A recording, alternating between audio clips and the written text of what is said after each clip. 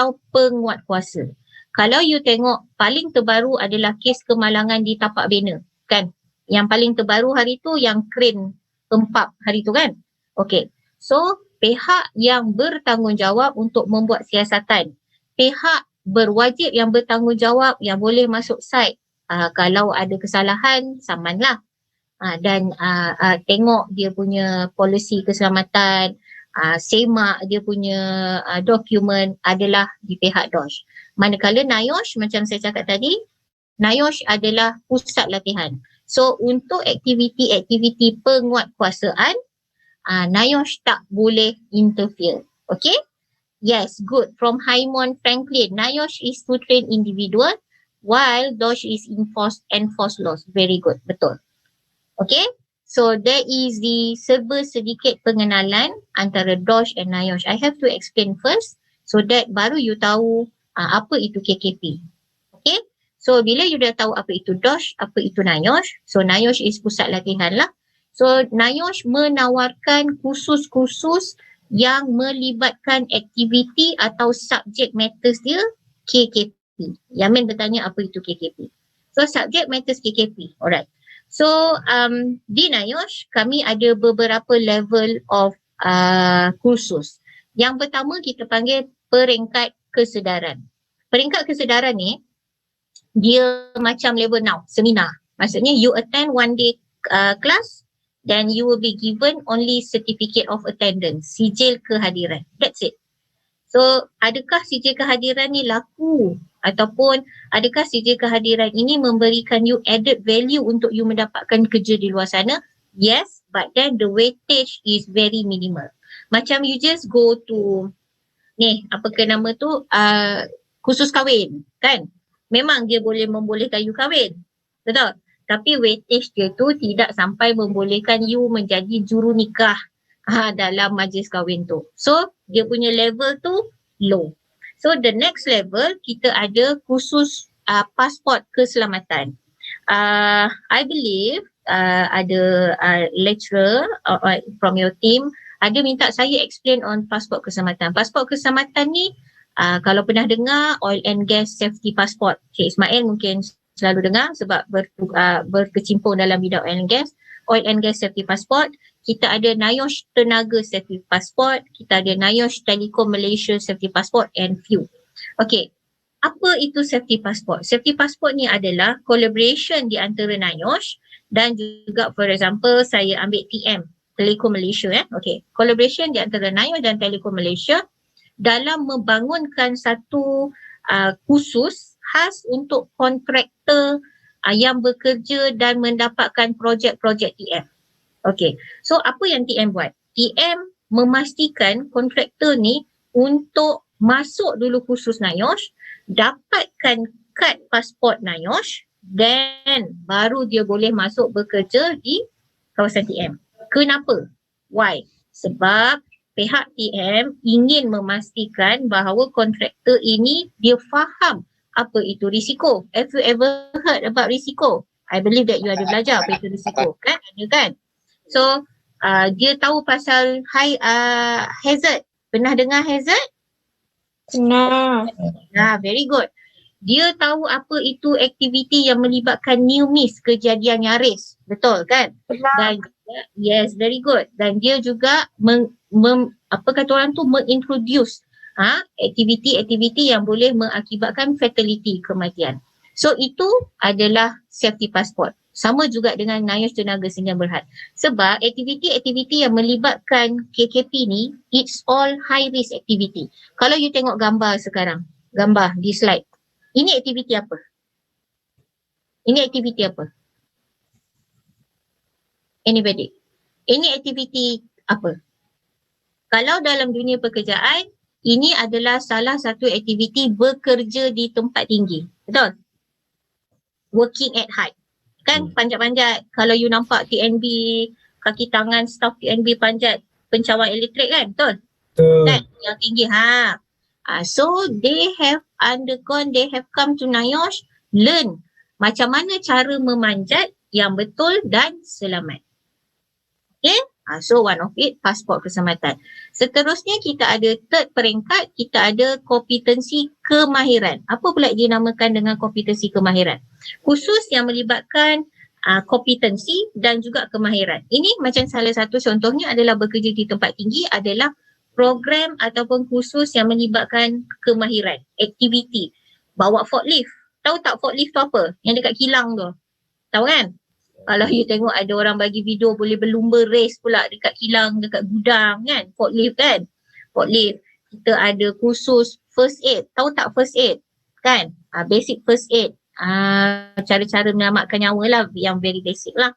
Kita ada aktiviti memanjat di tempat tinggi. Okey, yang itu kompetensi kemahiran. Kenapa dipanggil kemahiran? Sebab at the end of the program, you kena buat aktiviti, you kena buat practical session in order for you diberi atau ditauliahkan sijil kemahiran tu. Baru you layak dapat. Kalau you lulus, katalah you masuk aktiviti bekerja di tempat tinggi. Bukan aktiviti, khusus bekerja di tempat tinggi. You masa praktikal you panjat, you tak jatuh, you tak fail, ada aktiviti you kena buat, then kita anugerahkan you dengan sijil kemahiran tu lah, kompeten kemahiran. Okay. And the last one adalah kompetensi perundangan, iaitu salah satu khusus yang paling mendapat sambutan, paling dikenali oleh publik adalah safety and health officer. Okay, so these are the courses that NIOSH is offering to any of you. Okay, katalah untuk yourself, you adalah students degree. So, kenapa nak pergi kursus bersifat kesedaran, awareness? Then you have to come for the kursus kompeten. Okay, kenapa kompeten? Apa istimewanya masuk kursus kompeten ni? Apa benefitnya masuk kursus kompeten ni? You dah ada degree. Kenapa nak masuk lagi kursus NIOSH yang ada kompeten? I will explain it later. Okay, so coming to this slide, orang yang kompeten. What does it means by orang yang kompeten? Siapa orang yang kompeten tu? Okay, orang yang kompeten ni adalah mereka, okay, satu hari nanti you guys, after habis you punya study, you come sit NIOSH punya kursus, habis kursus, lulus exam, okay, untuk SSU kita ada exam lah. Lulus exam, bekerja di bidang yang sepatutnya dalam bidang OSH. At the end of the day, you mendaftar dengan JKKP, kan? Dan you akan ditauliahkan sebagai orang yang kompeten. Okey, apa pula perlunya untuk menjadi orang yang kompeten ni? Supaya sign you lakulah. You diterima bekerja di site, di aktiviti pembuatan manufacturing, di aktiviti selain site dan pembuatan, banyak bidang yang you boleh masuk bila you dah jadi orang yang kompeten. You boleh menasihati you punya majikan. Apakah sebenarnya syarikat kita ni kena buat untuk memastikan aktiviti safety ni terjamin kepada pekerja. Okay, memang kalau you tengok selalu slogan safety is cost. Seriously, safety is cost. Dan selalunya kalau di peringkat publik yang tak tahu, orang akan nampak safety PPE. Apa itu PPE? Peralatan perlindungan diri, personal protective equipment yang you tengok dekat gambar pakai helmet tu. Orang nampak nak OSH helmet, kasut, betul? Glove. No, itu peringkat paling last. Apa peringkat pertama, kedua, ketiga, keempat sebelum pergi peringkat kepada PPE? Yang tu kena datang dengan belajar. Okay? Alright, itu kita panggil sebagai penilaian risiko lah. Okay? Alright, next. Okay, keperluan show di industri. This is what I've been mentioned earlier, sikit lah. Okay, kenapa SSU diperlukan di industri? Satu, okay, Safety Health Officer ni dia tertakluk di bawah Akta Keselamatan dan Kesihatan Pekerjaan 1994. Saya nak tanya, OSHA dan AKKP tu sama tak? Sama tak? Anybody? OSHA, Occupational Safety Health Act dan Akta Keselamatan Kesihatan Pekerjaan sama tak? Sama, bahasa berbeza. Okay, very good ya. Sama. Kadang-kadang ada orang ingat lain puan. Kenapa lain? It's just that the twist of the tu je lah language macam DOSH yang JKKP tadi. Okey, SHO ni dia termaktub di bawah akta. Kenapa? Sebab macam saya cakap tadi, KKP, aktiviti KKP ni semua high risk. Macam Cik Ismail boleh sahkan bekerja di oil and gas. Oil and gas tu very high risk, Cik Ismail lah. Betul?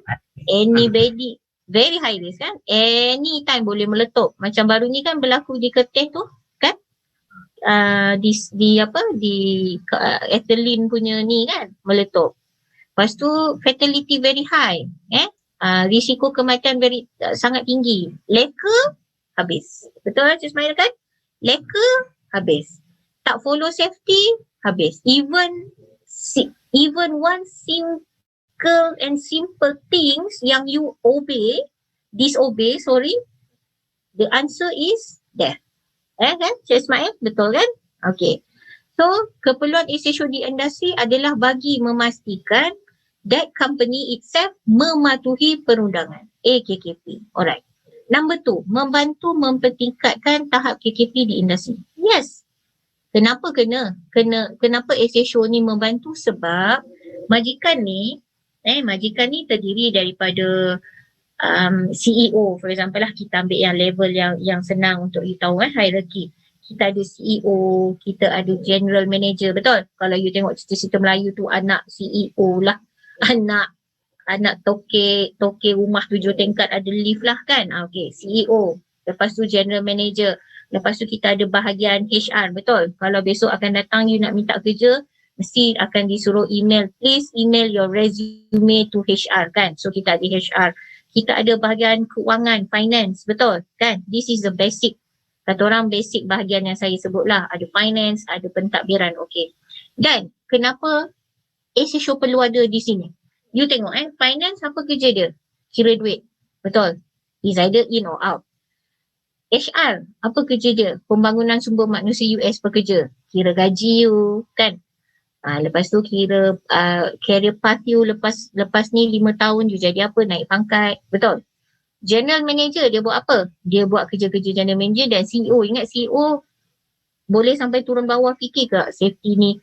Oh ini PPE you cukup tak cukup. So SHO itulah penasihat utama kepada majikan. Bagi membantu mempertingkatkan tahap keselamatan di tempat kerja. Sama juga dengan poin nombor 3, mewujudkan pengurusan keselamatan kesihatan sistematik. Once you ada sistem keselamatan yang cantik, okay, atau kita panggil OSH management system, everybody have to follow the system. Once everybody follows the system, the rate of fatality, kejadian kemalangan di tempat kerja sangat boleh dikawal. Semua orang follow. Contoh kawasan parking kereta lah, for example. We have to park here. Cara parking pula macam mana? Reverse. Betul. Parking dekat dalam kotak. Kenapa? They are all ada reason dia. Betul. So kenapa naik tangga di kilang, di industri kena pegang handrail? Kenapa? Turun tangga kena pegang handrail. Kenapa? So itu semua di-explain di dalam sistem pengurusan KKP. Alright? Maksudnya in a written document. What you should do, what you shouldn't do. Okay, and what are the effects atau akibat kalau you langgar aspek KKP di tempat kerja. Dan seterusnya membolehkan majikan menjalankan aktiviti dengan selamat dan sihat. Bila SHO dah berada di industri, dah berada di satu organisasi you dan dia overlookkan every aspect in OSH. Semua aspek OSH dia yang tengok. So majikan dengan senang hati macam saya cakap tadi, orang HR, orang finance, GM, CEO, masing-masing boleh menjalankan kerja masing-masing. So safety ni there is one person yang taken care. Tengok semua. Yang lain boleh jalan kerja masing-masing dengan selamat dan sihat. Kita tak perlu risau. Meletup ke tidak office aku ni kejap lagi. Tak perlu risau. Sebab kita dah ada SHO yang memantau perkara-perkara begini. Okay. So next. Okay, teruskan. So saya masuk slow. Okay. Kalau yang okay, if we are talking about SHO, Safety Health Officer, alright. Syarat dia senang je. As long as you have SPM. As long as you have SPM. Kalau kata you ada zaman dulu SRP lah. kan. Zaman saya PMR dah, bukan SRP lah. SRP, PMR. Kalau PMR, dia ada kursus lain yang boleh you masuk. You still have future in OSH. Okay.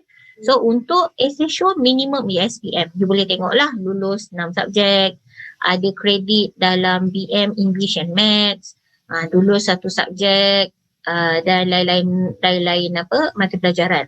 Which I believe in your level, you adalah degree student Yamin You are all degree students kan? Ya, betul. Okay, good. So you can use the degree level, the certificate, the degree certificate tu untuk masuk kursus SHO. Atau kata tak nak tunggu lagi degree ni habis, you boleh guna diploma you untuk you enroll kursus SHO. Ada juga yang datang kepada kami tanya, Puan, dia kata saya tak layak syarat few syarat ni. Okay, sorry, ini adalah syarat menduduki peperiksaan, tapi dalam masa yang sama kami juga mengambil kira syarat kelayakan khusus. Sebab kalau kata saya main ambil je you, katalah contoh, Puan, saya hanya ada PMR je tapi saya nak masuk juga SHO. We can allow you masuk, but then you tak boleh duduk exam. Bila you tak duduk exam, you akan diberi sijil kehadiran sahaja. Habis 22 hari program ni dah ada sijil hadiran, tapi you tak boleh attend for exam. So syarat exam adalah seperti yang tertera. Wajib, kalau you nak masuk SHO, you kena pastikan you memenuhi syarat ni. Kalau you tak memenuhi syarat ni, you still boleh masuk kursus SHO, tapi sekadar kursus. Faham tak? Maksudnya teori saja. You cannot go for exam. Bila you cannot go for exam, apa akibat dia? You tak boleh akhirnya menjadi apa? Orang yang competent. Okay? Faham? Alright, good. So next slide. Okay, kumpulan sasaran macam saya cakap, pengurus atau kaki tangan bahagian keselamatan. Pengurus ni kadang-kadang macam saya cakap, doesn't mean kena comes from we are talking about workplace lah, bukan datangnya daripada bahagian keselamatan. Mungkin pengurus daripada bahagian different division, macam bahagian pentadbiran yang nak tahu lebih pasal safety, so they can come and join kursus SHO. Penyelia, pengamal OSH, ahli jawatankuasa, pegawai keselamatan kesihatan tidak berdaftar, jurutera and arkitek. Sekarang for information, kita mendapat penyertaan quite a few from jurutera and arkitek. Why? Sebab jurutera and arkitek ni, engineer and arkitek ni, diorang bila dia do their job lah, buat task diorang, dia ada ambil kira juga aspek safety dalam diorang punya task, for information. So they come, they sit for the class and they go for the exams. So it's a weightage untuk mereka melakukan kerja mereka as a jurutera and architect. And NIOSH punya mission sekarang adalah ingin membantu students lah, it's you, untuk bersama-sama attend program ni. Sebab apa? You dah ada degree, you dah ada diploma, okay? And bila you masuk kursus NIOSH, SHO lah especially, you dah ada another added value dalam kelompok sijil you, dalam koleksi sijil you. And when you go for interview, you not only pass over you punya diploma, degree, master, whatever, you also serahkan you punya sijil kompetensi SHO. You rasa-rasalah, kita tanya Encik Ismail lah, you rasa yang mana yang majikan akan ambil you? Is it based on your degree or based on kompetensi sijil yang you ada? Encik Ismail boleh jawab kot on behalf of saya. Basically kita akan tengok dua-dua lah. But if you have added value, macam niche punya skills, yang tu kita akan tengok lah. Yes. So weightage-nya adalah added value tu kan Cik Ismail? So that is why, terima kasih Cik Ismail, that is why pelajar NIOSH sekarang memang kita galakkan untuk ambil kursus ni as you added value, weightage untuk you. You pelajar cemerlang degree 4 flat every sem, anugerah dekan every sem. Tiba dapat pula ada pula sijil kompetensi SHO NIOSH, ada lulus pula 4 exam. Okay, excellence. So memang nilai tambah kepada diri you lah untuk you minta kerja. Cik Ismail from industry, saya pun from industry lah, tapi this is what is happening right now. Betul kan Cik Ismail kan? Kita memang tarik sijil you ni, kita tengok apa lagi kelebihan you selain degree and diploma you. Betul lah Cik Ismail? Kan? Okay, next. Alright, so peluang faedah. Okay, saya cakap tadi meningkatkan kesedaran dan ilmu tentang KKP. I believe that Yamin please sahkan statement saya. Do you guys ada subjek KKP ke di uni dalam semester you sekarang ke atau semester akan datang? Ada dekat dalam semester akan datang, tahun 3 ataupun tahun 2 hujung, tak pasti. Ya, ada berapa satu subjek tu? Satu saja. Subjek ke? Okay, Untuk pelajar sains sekitaran. Okay, it's only satu subjek and it is sains persekitaran. So environment. So dia tak apa kata orang, dia tak in detail you akan belajar pasal OSH. Adalah sikit, daripada 10 tu 1 atau 2. Okay, still ada, but then masih belum menyeluruh.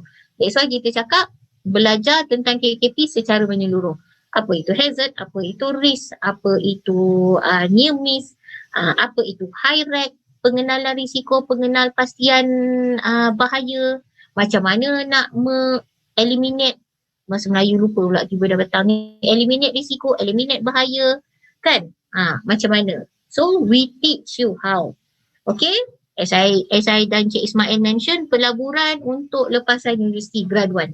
It's a very good investment for you. It's a very good investment. I repeat this. It's a very good investment. Okay?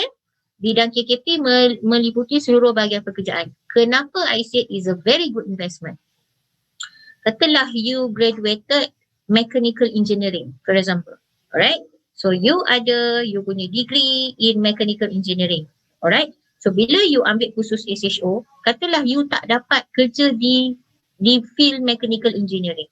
But then you've been offered something else. Contoh macam tadi, oil and gas lah atau construction. So dengan sijil SHO ni, dia melayakkan you untuk pergi atau tukar bidang kepada bidang lain.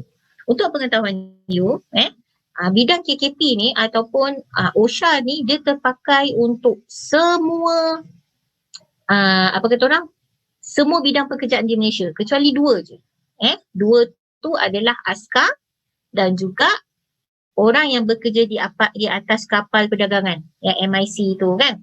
Yang ni tak terpakai. So atas kapal tu tak perlu ada SHO, dalam askar juga tak perlu ada SHO. Tapi saya pagi tadi baru je meeting dengan ada Major Khairul ni daripada markas di Kuala Lumpur lah. Dia datang, dia cakap, puan kami nak plan, kami nak buat program khas untuk kami punya pelatih, dia panggil pelatih lah, mana askar bagi bayar you all ni yang nak jadi askar tu kan. So kami nak buatkan dia orang punya future plan. Future plan ni apa tuan, saya tanya.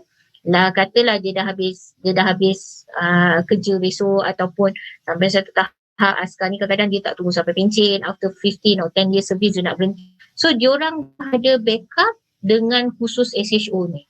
Nampak tak? Walaupun sebab dia tahu askar ni sebenarnya tak perlu pun ada SHO dalam organisasi askar. Tapi dia equip diri dia selepas berhenti kerja sebagai askar ni, dia nak masuk dalam bidang SHO. Dalam bidang OSH. So talking about OSH, bank perlukan SHO. Betul lah Cik Ismail?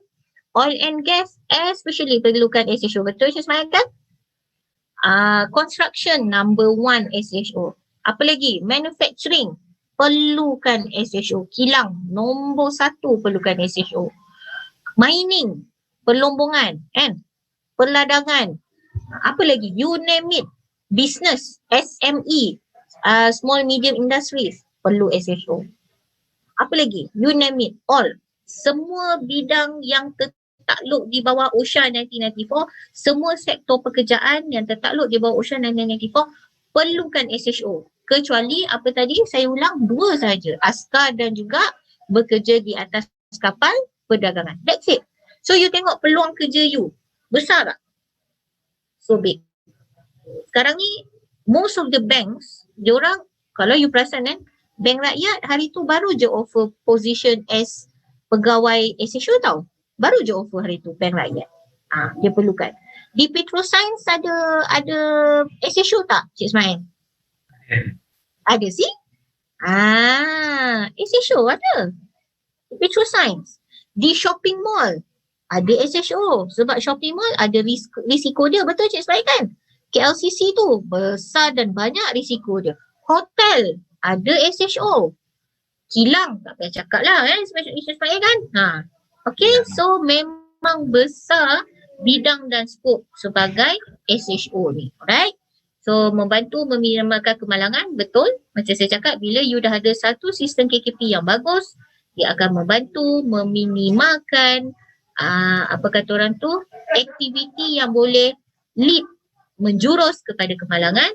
Dan kami di NIOSH, khusus yang kami offer tu, kalau you ambil dengan exam, kita akan bantu you face the exam melalui bengkel. Sampai macam tu NIOSH nak bantu you all down. Maksudnya nak pastikan you lulus the exam. Kita buat satu bengkel khas untuk partisipan before menghadapi peperiksaan. You don't have to pay. Kalau kata you dah bayarkan harga khusus tu, you don't have to pay for the bengkel. It comes with the package. Okay, baik kan NIOSH? Baik. Memang kita nak bantulah di luar sana. Okay, next slide. Can I still proceed, Yamin? Or sikit je lagi? Yes, you may. Okay, so khusus SHO ni specifically lah, kita ada 4 modul. Alright. Modul 1 you akan belajar tentang OSH management. What is OSH management? So is OSH management system. Macam mana you nak tubuhkan jawatan kuasa keselamatan kesihatan pekerjaan? Macam mana you nak wujudkan you punya safety policy? What is safety policy? Aku janji majikan saya dengan ini memastikan contoh Petroscience mematuhi segala undang-undang yang telah ditetapkan dan termaktub di bawah AKKP 1994. Siapa yang sign? CEO yang sign. So it's all under OSH management. Aku janji, something happen to the pekerja, siapa yang bertanggungjawab? Majikan bertanggungjawab. Okay? So modul 2, you akan belajar legal requirement. What is legal ni? You belajar in depth, lagi detail on ACTA. Akta 1994, Akta Sematan Kesihatan Pekerjaan 1994 ni. Kenapa wujud 1994? Kenapa bukan tahun 1928? Contoh kan. Sebelum wujud 1994 akta ni, apa akta yang ada? Kita ada FMA, Akta Kilang dan Jentera atau Factory Machineries Act.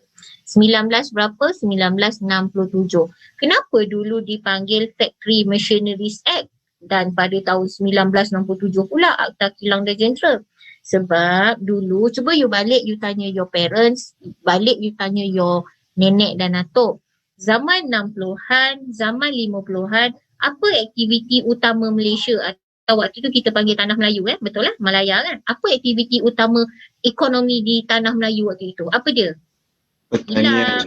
Betul, very good. Pertanian, perkilangan sikit. So bila pertanian, apa yang ada dengan, apa yang melibatkan aktiviti pertanian? Jentera. Jentera dia apa? Pakai bajak bajak kan? Kan? Apa traktor. So benda tu hazard tak? It's all hazard. So peladangan getah kelapa sawit kan? Datuk nenek moyang kita dulu toreh kelapa sawit, toreh kelapa sawit lah, getah kan? So it's all economy during that time, 1967. From 1967 ke 1994, okay, evolution berlaku. So, kita tengok, kita pantau, aktiviti ekonomi berkembang. Daripada kilang, aktiviti kilang, daripada aktiviti peladangan, aktiviti pertanian, evolution tu berkembang jadi apa? Ada industri perkapalan, betul? Ada industri oil and gas. Ada industri perkhidmatan awam macam bank tu lah, services. Ada apa lagi? Pelombongan makin aktif, makin berkembang. That is why wujudnya Akta Keselamatan Kesihatan 1994 iaitu OSHA lah. That is why OSHA diwujudkan pada tahun 1994. Daripada 67 ke 1994 tu, itulah evolution dia. Kalau you tak percaya, nanti bila you free, you buka dekat Google, you cari FMA 1967 and you tengok OSHA 1994, what's the difference?